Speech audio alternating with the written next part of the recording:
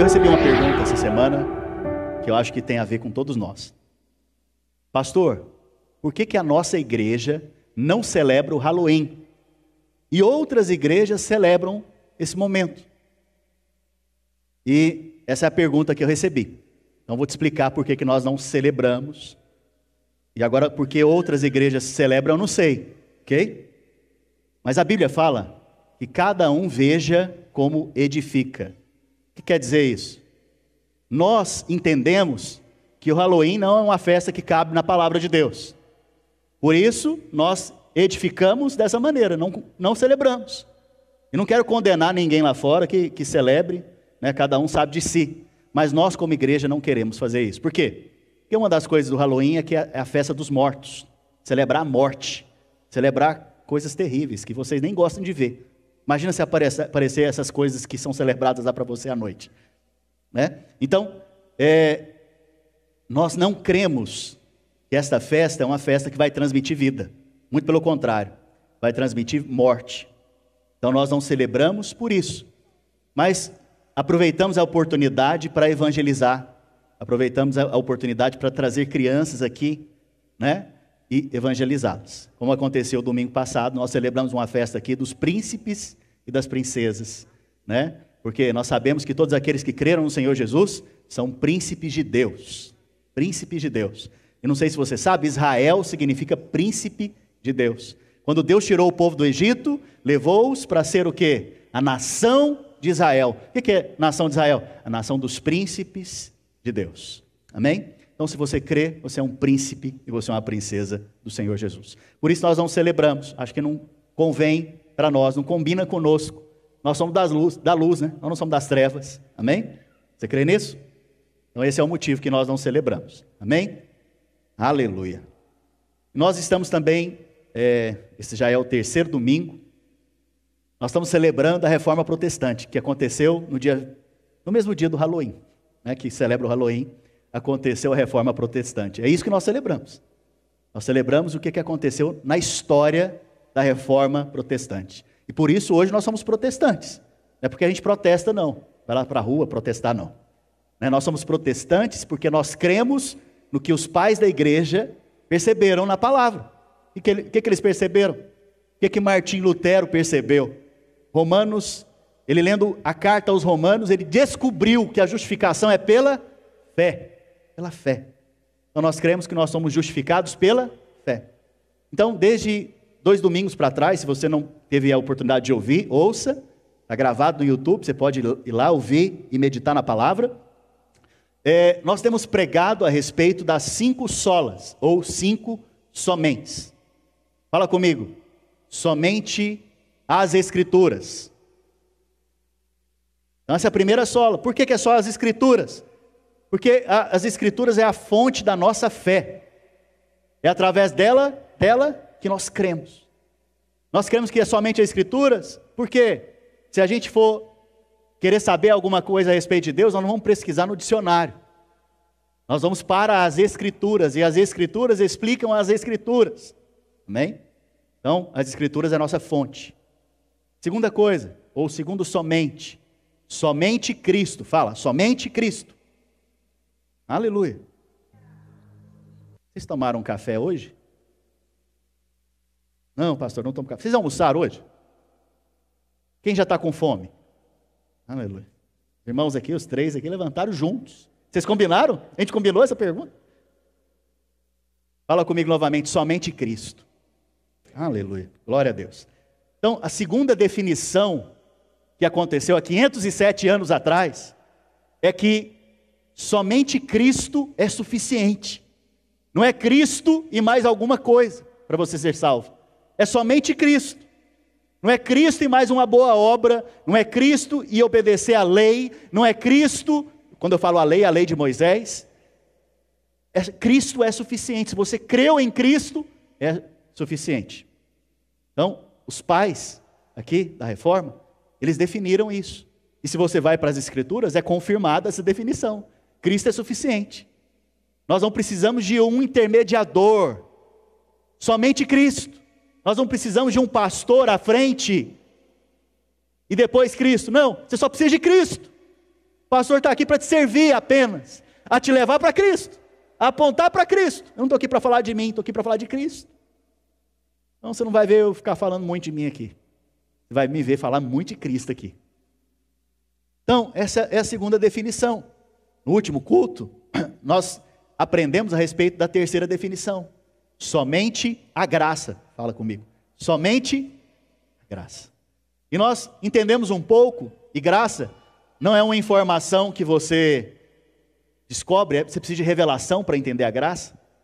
Graça é favor imerecido. Eu não merecia. Na verdade, todos nós, todos que estão aqui hoje, sentados me olhando, eu merecia o inferno. Todos nós merecíamos o inferno. Porque nenhum é justo, nenhum é bom. Bom é só Deus, e só Ele é justo. Ninguém aqui consegue cumprir os mandamentos. Você pode tentar cumprir algum dos 10, e não são 10, são 693 ordenanças. E talvez hoje você já quebrou dessas ordenanças, porque se você comeu bacon hoje, lá a Bíblia diz que você não pode comer bacon, no Antigo Testamento, debaixo da lei. Você não pode comer porco, ok? Você não pode comer camarão. Se você comer camarão, você quebrou. Estou só brincando com você, mas... Estou brincando, é verdade, está escrito lá. Mas estou brincando para mexer com você um pouquinho. Porque ninguém pode ser salvo pelas obras. A justificação é somente pela fé. Isso é de graça, é um presente de Deus. Porque a salvação é caríssima. E você é pobre demais para comprá-la. E Deus é rico demais para querer vendê-la. Então Ele te deu de graça por meio do seu Filho. Está claro isso? Então por isso é pela graça. Essa é a terceira definição. E hoje então, nós vamos falar da quarta. Que é somente a fé. Fala comigo, somente a fé. Aleluia, obrigado pela água. Sabe que você tem um galardão, né, por isso? Somente a fé. E eu quero que projete, por gentileza, e os irmãos orem para o irmão da mesa de som que trouxe a água aqui. Na mesa de projeção, na verdade. Para que ele projete tudo que eu disser aqui agora. Nós vamos ler, nesse primeiro momento, muito a Bíblia. 4 ou 5 versículos. Então, eu quero que você abra a sua Bíblia, se você a trouxe.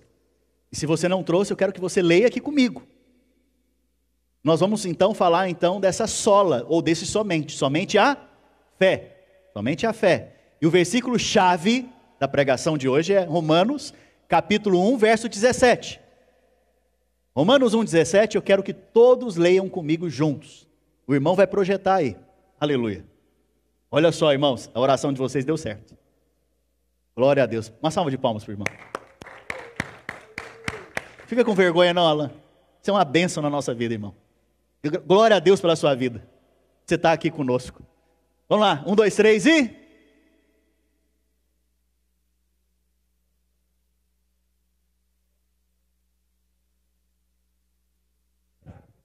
O justo viverá pela fé. Martinho Lutero, lendo essa carta aos Romanos, e nesta passagem ele entendeu que o justo vive pela fé. O justo vive pela fé. O justo vive pela fé. Próximo versículo. Abacuque capítulo 2, verso 4. Abacuque 2, 4. Olha o que diz o texto.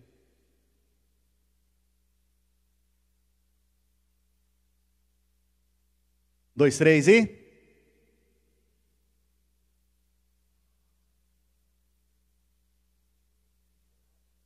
Então, onde que o apóstolo Paulo tirou essa frase, do justo viverá pela fé? Aqui, de Abacuque. Abacuque é a primeira menção dessa frase. O justo viverá pela fé. Mas o que está junto com o que ele escreveu? Eis o soberbo. O soberbo, a sua alma não é reta diante de Deus. O que é soberba? Orgulho. O que é orgulho? É você querer fazer algo para ser aceito diante de Deus. Isso é orgulho, segundo as Escrituras. É você querer fazer uma obra, uma caridade e falar, agora Deus, o Senhor tem que me abençoar. É você querer dizer, eu vou jejuar, eu vou orar, e aí Deus então vai me abençoar. Preste atenção. A Bíblia fala que nós em Cristo Jesus já somos abençoados com toda sorte de bênçãos espirituais reservadas para nós nas regiões celestiais. Não é por causa da sua obra, é por causa da obra de Cristo. tira todo o mérito de você. E se tira todo o mérito de você, não tem orgulho. Se não tem orgulho, o justo vive pela fé. Então, você percebe que Abacuque diz isso. O justo viverá pela fé. Mas o orgulhoso não, a alma dele não é reta diante de Deus. Quem é orgulhoso é aquele que faz algo com o objetivo de ser aceito diante de Deus. Você não precisa fazer algo. Você tem que apenas crer no que Jesus fez. E isso é uma raiz para você. E o fruto é que você vai fazer muita coisa para Deus, mas como fruto, não como raiz. Não como condição de ser aceito. Amém? Próximo versículo. Gálatas capítulo 3, verso 11. Gálatas 3, 11. Gálatas 3, 11. Vamos ler juntos? Gálatas capítulo 3, verso 11. 1, 2, 3 e...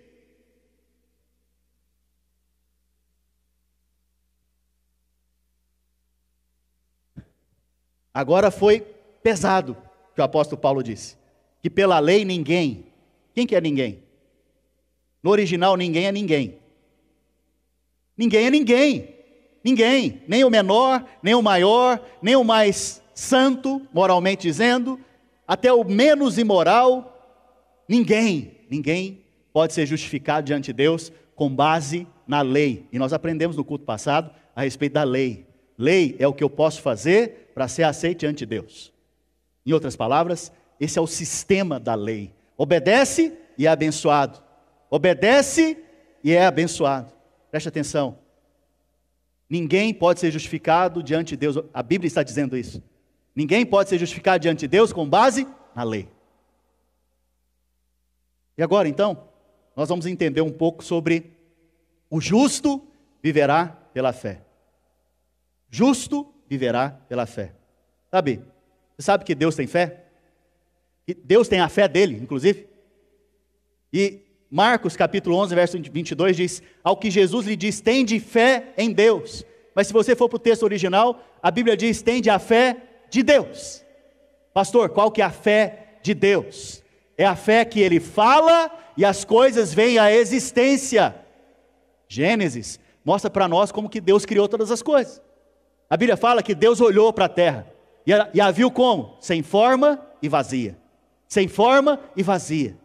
Mas aí ele disse o quê? Nossa, como que a terra está sem forma e vazia? Ele falou do problema? Não. Ele fez o quê? Ele disse, haja luz. E houve luz. Haja firmamento. E hoje houve firmamento. Então a Bíblia fala que Deus disse. Então a fé de Deus é a fé que fala. Por isso que é importante quando você crê, você também fazer o quê? Falar. Porque a fé fala. Então Deus disse, essa é a fé de Deus, essa é a fé que inclusive, daqueles que nasceram de novo. Quantos que nasceram de novo? Eu nasci. Se você nasceu de novo, você tem a fé de Deus, e a fé de Deus, fala. Então, o que acontece normalmente quando você vê um problema? Você fala do problema, mas quando Deus viu o problema lá em Gênesis, você crê que Deus, tudo que Ele cria é perfeito? Sim, mas se você for ler o texto, a Bíblia fala que a terra se tornou sem forma e vazia, porque Deus fez perfeito, mas algo aconteceu que a terra se tornou sem forma e vazia. Então Deus vem e fala, haja luz, haja ordem, haja organização, em outras palavras, né? E as coisas acompanharam a voz dele, porque a fé de Deus fala. Essa mesma fé você tem hoje, amém? Só um parêntese aqui. Para criar todas as coisas, o que Deus fez? Falou. Para criar os pássaros, a natureza, as árvores, né? Para trazer forma para a terra e ordem, Ele apenas fez o quê? Disse. E para salvar você? Preste atenção, isso aqui é muito importante. Não faz parte da palavra, mas eu lembrei aqui, é muito importante. Para criar o mundo inteiro, Ele apenas disse. Mas para salvar você, Ele não disse, haja salvação. Ele desceu do trono. Sendo Deus, não se usurpou ser igual a Deus, antes se esvaziou de si, e se fez a imagem de servo, de homem. Ele se esvaziou, diz a palavra. E não só se esvaziou, agora ele vai nascer numa virgem. Imagina a criatura cuidando do Criador. Você tem noção do que é isso? É muita humilhação, filho. Mas ele se humilhou, diz a palavra. Agora a criatura que ele fez está cuidando dele, está amamentando ele, está protegendo ele. E a Bíblia fala que ele cresceu em estatura e graça diante de Deus e dos homens, do Senhor Jesus. A Bíblia fala então que mais tarde ele começa o ministério com 30 anos. Com 30 anos então ele já sabe o seu propósito e ele vai então executá-lo. Deus então desce à terra, anda entre os homens em carne e sangue. E a Bíblia fala que ele vai para o matadouro como ovelha muda e calada. E lá então ele entrega a sua vida, ele morre por nós. Veja, a salvação foi cara demais. A salvação foi muito cara. Um preço que jamais homem algum pode pagar, a não ser Cristo. Por isso, no que diz respeito a criar todas as coisas, Deus disse, mas para salvar você, ele teve que vir e morrer no seu lugar. Uau! Voltando aqui, que o justo viverá pela fé. E que fé é essa? Como eu disse para vocês, é a fé de Deus. Essa fé foi colocada em mim e em você. Você não tem glória nenhuma em ter essa fé, inclusive. Porque a fé que você tem nem é a sua, é a fé que Deus colocou dentro de você, que é como um eco. Deus falou e veio um eco no seu espírito, né? E você replica essa fé. Então o justo viverá pela fé. Esse é o texto de Romanos 1, 17. O justo viverá pela fé. Mas que fé é essa? É a fé do justo. Então primeiro você tem que entender o que é ser justo. Existem duas maneiras de ser justo: obedecendo os mandamentos da lei ou recebendo de graça. Pelos mandamentos, Gálatas nos diz o quê? Que ninguém pode ser justo diante de Deus. Então, de fato, não dá para ser por esse caminho. Tem que ser por qual caminho, então? Receber de graça. De graça. Nós vemos, então, que alguém foi justo. Em Gênesis. Romanos nos diz a respeito dessa pessoa. Abraão, o pai da fé. Abraão é o pai do que, irmãos? E o justo viverá pela? Então nós temos que olhar para Abraão. Inclusive, só podemos ser justificados pela fé. Abraão, né, a Bíblia fala que em Romanos 4:3, Abraão creu em Deus. Isso lhe foi imputado, foi dado a ele como justiça. Romanos 4:3 diz isso. Mas em que momento Abraão creu em Deus? Se você for para Gênesis 15, nós vamos ver esse momento. A Bíblia fala que o Senhor conduziu Abraão para fora da sua tenda. E ele diz para Abraão: Abraão, olha para o céu e conta as estrelas, se é que podes, porque assim será a sua descendência. Abraão, a Bíblia diz que creu em Deus, e quando ele creu na promessa, creu no que Deus diz, a Bíblia fala que isso foi lhe imputado por justiça. Pastor, o que é esse negócio de ser imputado? Nós vamos descobrir daqui a pouco. Vou usar esse exemplo para você entender. Sabe, todo judeu, olha aqui para mim, preste atenção, crianças. Lembra aqui do presente. Olha o presente, olha o presente. Foca na promessa, no presente. É assim que nós caminhamos, viu? Você tem que focar na promessa. Não perca a coroa que está reservada, a promessa. Olha aqui para mim. Todo judeu, em Números diz isso para nós. Todo judeu, ele tinha um talid. Pastor, o que é essa palavra difícil? É um manto. Um manto que ele usava que tinha franjas. E quando as franjas são aquelas franjas.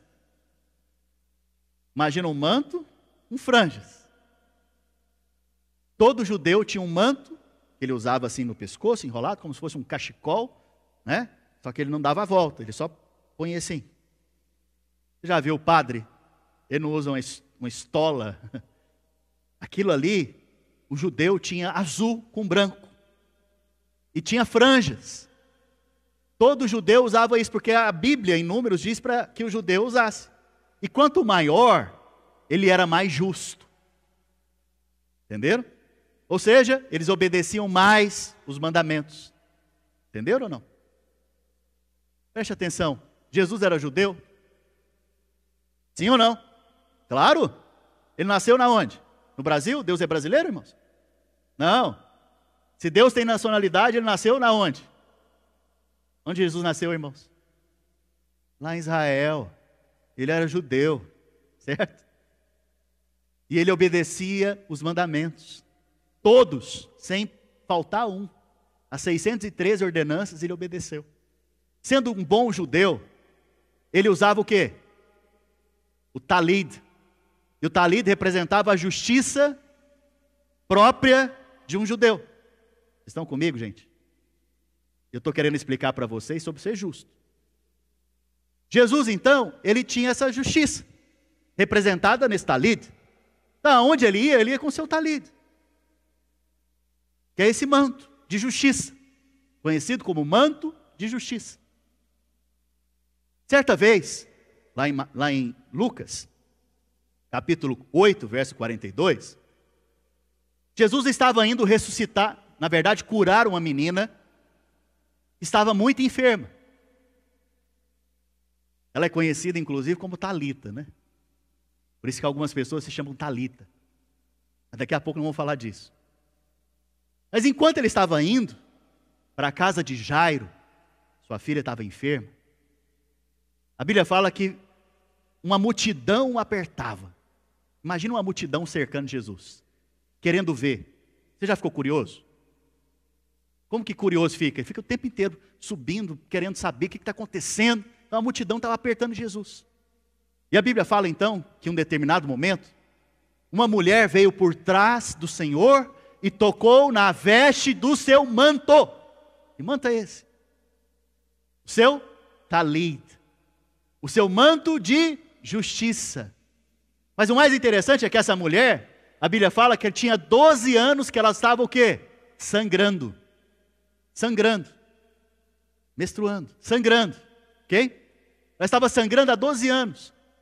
Olha, se você acompanha aí Instagram, hoje os médicos falam todos, né? Se você falta ferritina, o ferro, como é que você fica? Indisposto, não é verdade? Não consegue reagir, dá até depressão. E o ferro está no sangue, ok? Você já nasce com uma quantidade, você tem que ficar repondo.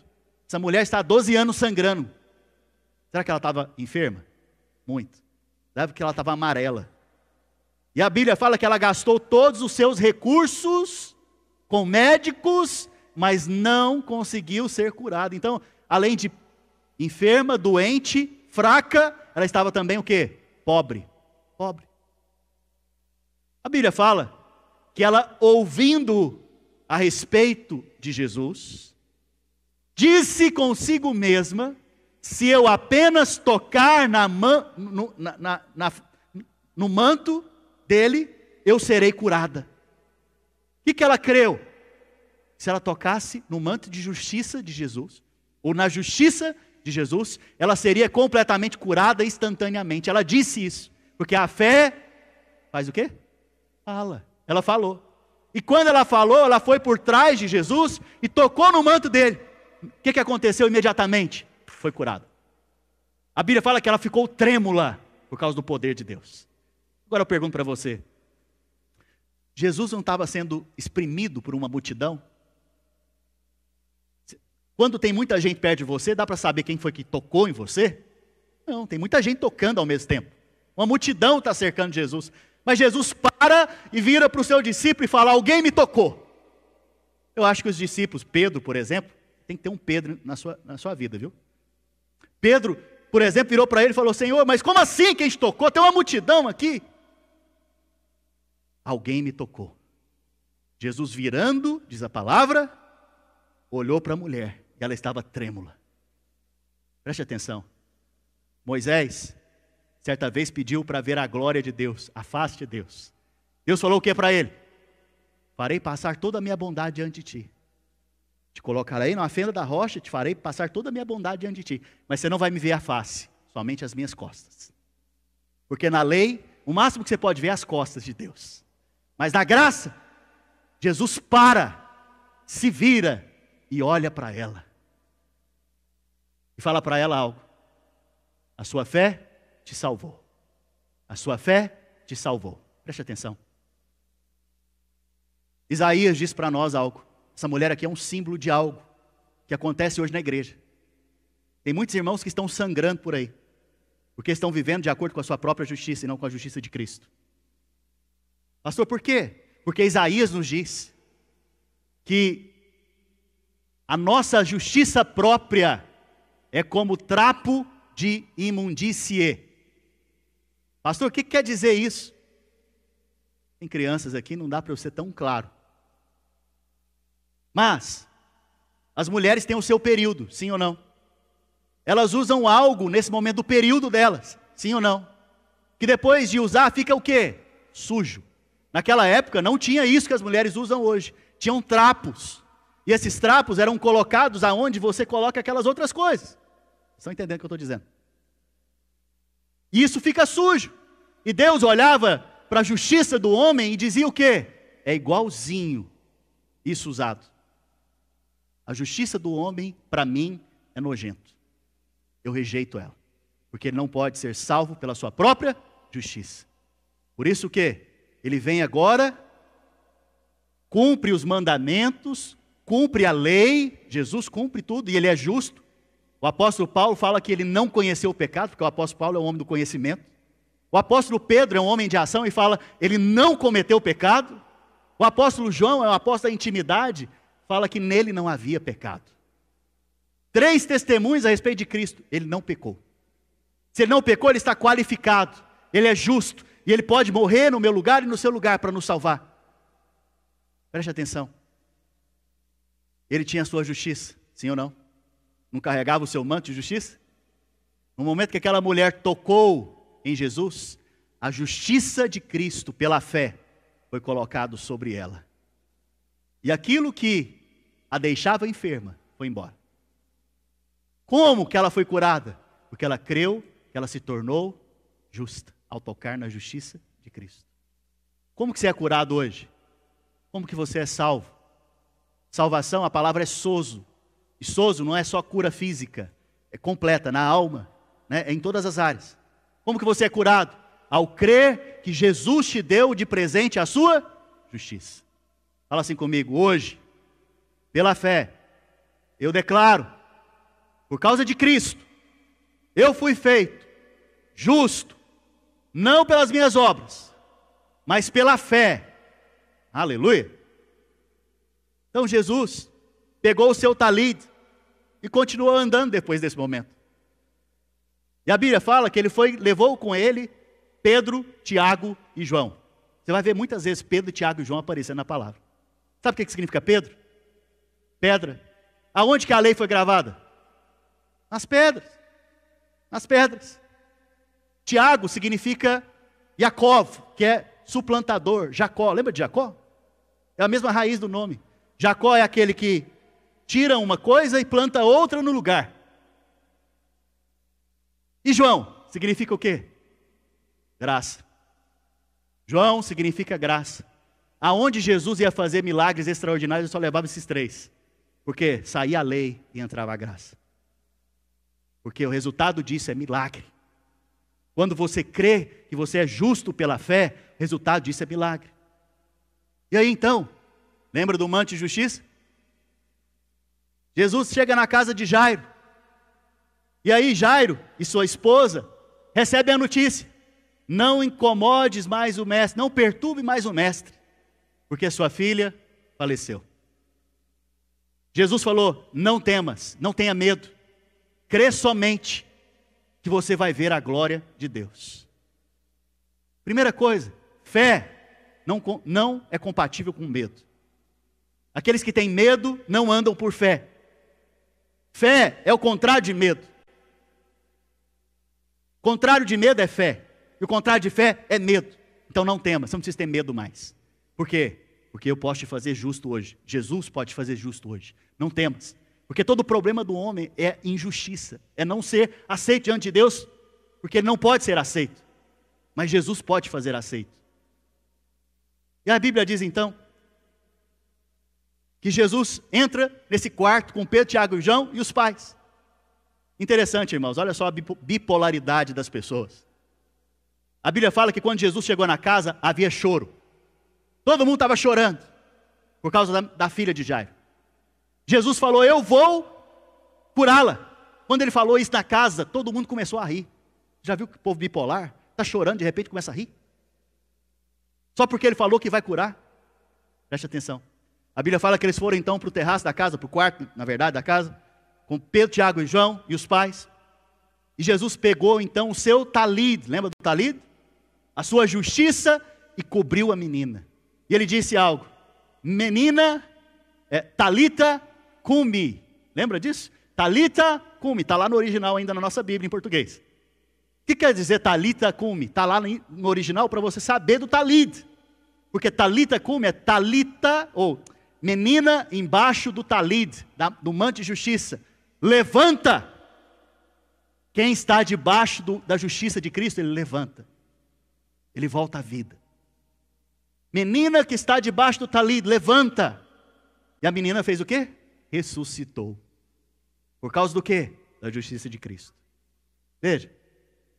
O justo viverá pela fé. Que fé é essa? É a fé que me faz justo. Veja. O justo viverá pela fé. Viver pela fé é andar por fé. Em que fé? Muitas vezes você foi ensinado, para você receber uma bênção de Deus simplesmente, você tem que ter fé. Mas fé em quê? Fé que você é o quê? Justo. Porque todas as bênçãos de Deus foram reservadas e dadas a quem é justo. Todas as bênçãos de Deus são só para o justo. Então, para você receber todas elas, o que você precisa ter? Fé que você é o quê? Justo. Como que você se tornou justo? Por um presente. O talito foi colocado sobre a sua vida. O manto de justiça foi colocado sobre você. Por isso, Romanos 1:17 diz: o justo viverá pela fé. Somente pela fé. Vocês estão comigo, gente? Glória a Deus. Continuando. Pastor, mas como que vem a fé então? Hebreus nos diz que a fé vem pelo ouvir. A fé vem pelo ouvir. De novo, a fé vem pelo ouvir. E tem um monte de criança saindo ali, gente. Meus pais me ajudem. Porque criança sozinha, não sei. Hoje é o dia delas aprenderem a cultuar. A fé vem pelo ouvir. E ouvir o quê? A palavra. Que palavra? Não. Vamos ser precisos? Romanos, capítulo 10, verso 17. Romanos 10, 17 diz para nós: e assim a fé vem pela pregação, e a pregação pela palavra de Cristo. Preste atenção. Você só pode receber fé se o pregador pregar Cristo nesse lugar. Se eu pregar outra coisa, se eu pregar que você pode, 10 passos para você conseguir algo.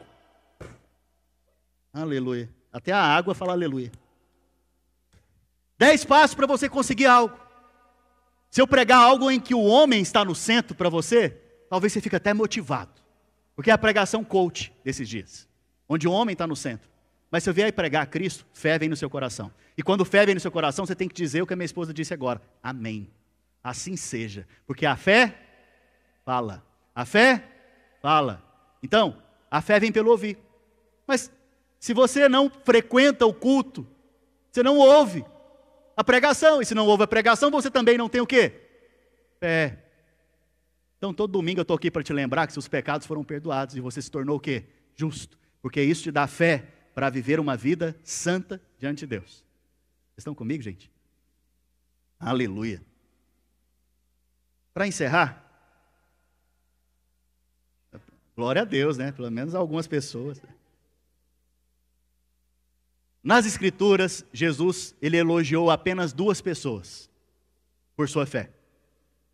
Eu não sei se vocês já leram os evangelhos, mas você vai ver nos evangelhos, que são 4, Evangelho de João, de Marcos, Mateus e Lucas. Você vai ver que o Senhor Jesus repreende muitas vezes os seus discípulos. Repreende eles porque eles eram imorais, porque eles não tinham um bom comportamento. Pedro, você está mentindo. É por isso que ele repreende? Não, por que ele repreende? Homens de pequena fé. Homens de pequena fé. A repreensão de Jesus o tempo todo é para que eles tenham o quê? Fé. Tenha fé. E duas pessoas nas Escrituras foram elogiadas pelo Senhor Jesus. Primeiro foi o centurião. segundo foi a mulher cirofenícia. Esses dois, Jesus elogiou a fé deles. Se ele elogiou, nós temos que copiar dessas duas pessoas. Agora preste atenção. O primeiro caso, a Bíblia fala que o servo dele estava horrivelmente enfermo. Fala horrivelmente aí. É uma palavrinha grande.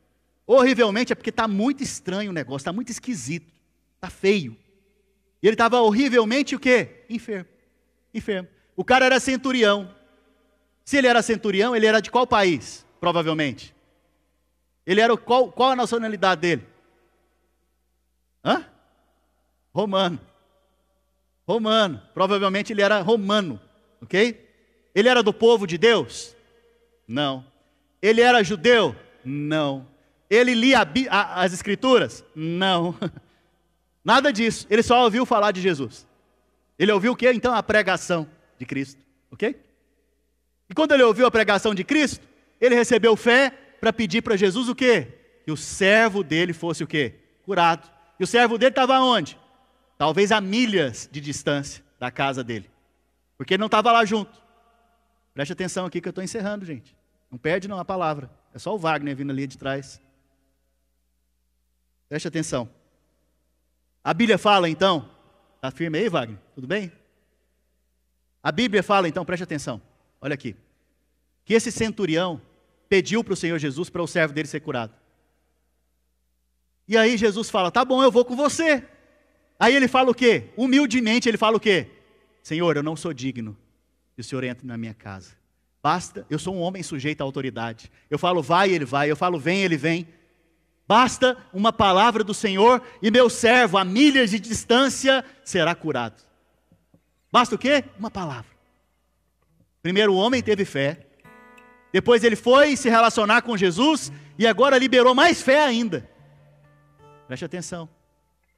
A Bíblia fala que naquele instante, aquele servo foi curado. Preste atenção, irmãos. Estou encerrando. Não se disperse. Naquele instante, aquele servo foi curado.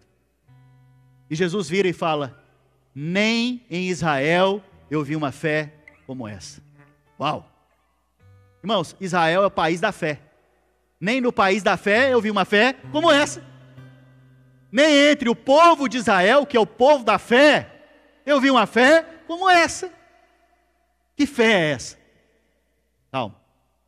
Mais tarde você vai ver. E chega uma mulher no Senhor Jesus. E fala, Senhor, ela é cirofenícia, ela não é do povo de Deus. Da nação de Israel, dos judeus. Ela chega, Senhor, minha filha está horrivelmente endemoniada. Olha, as duas palavrinhas aqui, ó, com o centurião e com a mulher cirofenícia. Depois você pode ler lá. Os dois quadros são terríveis. A Bíblia diz então, que o Senhor Jesus vira para ela e fala o seguinte, não é bom dar o pão dos filhos para os cachorrinhos. Chamou a mulher de quê, irmãos? Se você vem aqui no culto, e você chega no final e fala, pastor, eu quero receber a oração. Mas aí os outros irmãos também, que são membros aqui da igreja, estão pedindo oração. Eu falo para você, espera. Deixa eu atender os filhos primeiro. Porque não é bom dar o pão dos cachorrinhos, ou dos filhos para os cachorrinhos. O que você vai pensar de mim? Você vai voltar aqui semana que vem? Esse pastor me chamou de cachorro. Nunca mais eu volto nessa igreja. Eu venho aqui para receber a palavra, para receber a oração, para ser bem tratado ou tratada. Mas ele pega e fala assim comigo. Veja, essa mulher ouviu isso de Jesus. Não foi um discípulo de Jesus, foi o próprio Senhor Jesus que falou isso para ela. Não para desrespeitá-la. De forma alguma, mas para ensinar um princípio. Mas o que ela fez? Ela permaneceu o quê? Orgulhosa? Ela ficou ofendida? Não, ela humilhou mais. Ela disse algo. Senhor, ela chama ele de Senhor. Senhor, até os cachorrinhos comem das migalhas dos seus senhores. Uau! Naquele momento Jesus elogiou a fé dela. Falou o quê? Uau! Mulher, nem em Israel eu vi uma fé como essa. Vai, porque a sua filha foi salva. Uau! Veja, a mulher foi humilde e recebeu salvação, ou recebeu a bênção pela fé. O centurião foi humilde ao dizer o quê? Eu não sou digno de que o Senhor entre na minha casa. A humildade acompanha a fé. A soberba acompanha a ruína. Por isso, o orgulhoso, a sua alma não é reta diante dele, como diz Abacuque. Mas o meu justo, que é humilde, que sabe receber, que sabe que não é pelas suas obras, que sabe que ele não pode comprar nada de Deus, porque ele é pobre demais. Ele apenas pode receber de graça. O meu justo vive pela fé. Pastor, o que esses dois têm em comum? Pode ficar de pé. Será que é a humildade simplesmente? Não. Os dois não tinham consciência da lei. Os dois não viviam baseados na lei. Os dois estavam experimentando aquilo que eles não mereciam. Eles entenderam que eles não mereciam ser abençoados. Portanto, tinham muita fé para pedir. E creram que foram muito abençoados, experimentaram dessa bênção de Deus. Então a chave toda aqui é saber que você não merece, mas mesmo assim Deus quer te dar de graça. Por isso a maior de todas as bênçãos, que é a salvação, é de graça. A maior de todas as bênçãos é recebida de graça. O que dizer das outras? São muito inferiores e menores. Por isso hoje, você pode crer, e o Senhor te fez justo, e por causa disso, hoje também, você pode pedir, e o Senhor vai te ouvir nesse lugar. Então eu quero pedir para que você feche os olhos agora. A primeira coisa que eu quero te pedir é para que você lance toda a ansiedade agora nas mãos do Senhor. Toda a preocupação agora nas mãos do Senhor. Quero que você abra a sua boca e ore. Fala: Senhor, entregue nas tuas mãos a minha vida. Entregue nas tuas mãos a minha casa, os meus filhos. Entregue nas tuas mãos o meu marido, a minha esposa. Entregue nas tuas mãos, Senhor. Eu confio no Senhor. Eu sei que o Senhor sempre me ouve. Sempre nos ouve. Sempre o Senhor nos ouve. Porque o Senhor nos fez justos em Ti. O Senhor nos fez justos em Ti. Então também eu apresento diante do Senhor essa situação. Apresenta diante do Senhor seus pedidos. Fala para Ele agora. Conta para o seu Pai. Conta tudo para o seu Pai agora. Vai lá e conta para o seu Pai agora tudo. Espírito Santo de Deus, nós te pedimos nessa noite que o Senhor venha trazendo luz e revelação por meio das Escrituras aos meus irmãos, mostrando a eles que eles são justos pela fé. Justos pela fé. E o meu justo vive pela fé. Por isso nós cremos que a justificação é somente pela fé, assim como foi com Abraão. Por isso nós somos filhos de Abraão.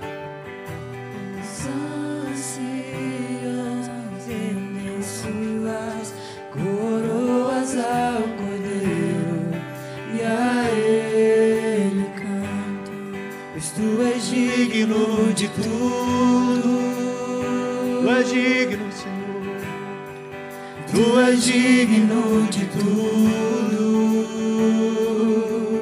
Aleluia.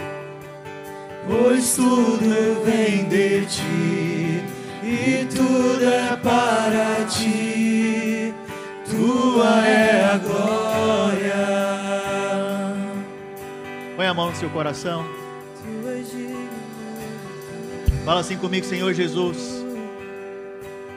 Repita comigo: Senhor Jesus, eu creio que o Senhor morreu por mim. Naquela cruz, o Senhor se entregou em meu lugar. E por causa disso, hoje, eu não tenho mais nenhuma condenação sobre a minha vida. Por isso agora, eu declaro que eu fui feito justo pela fé. E pela fé vivo, pela fé caminho, pela fé me aproprio das promessas do Senhor. Por isso eu declaro que a minha casa é abençoada. Meu trabalho é abençoado. E eu sou livre de todo o mal. Porque o Senhor me fez justo O Senhor me deu a justiça como presente. Pela fé, eu me aproprio dessa promessa. Aleluia. Glória a Deus. Aleluia.